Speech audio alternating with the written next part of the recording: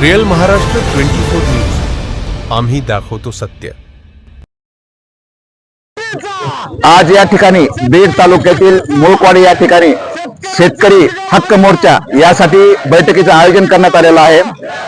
सरकारचं धोरण हेच शेतकऱ्यांचं मरण आहे, कारण गेले कित्येक वर्षापासून आपण पाहतोय दरवर्षी खत बियाणं असेल याचा भाव वाढतो, मात्र शेतकऱ्यांच्या मालाला भाव वाढत नाही।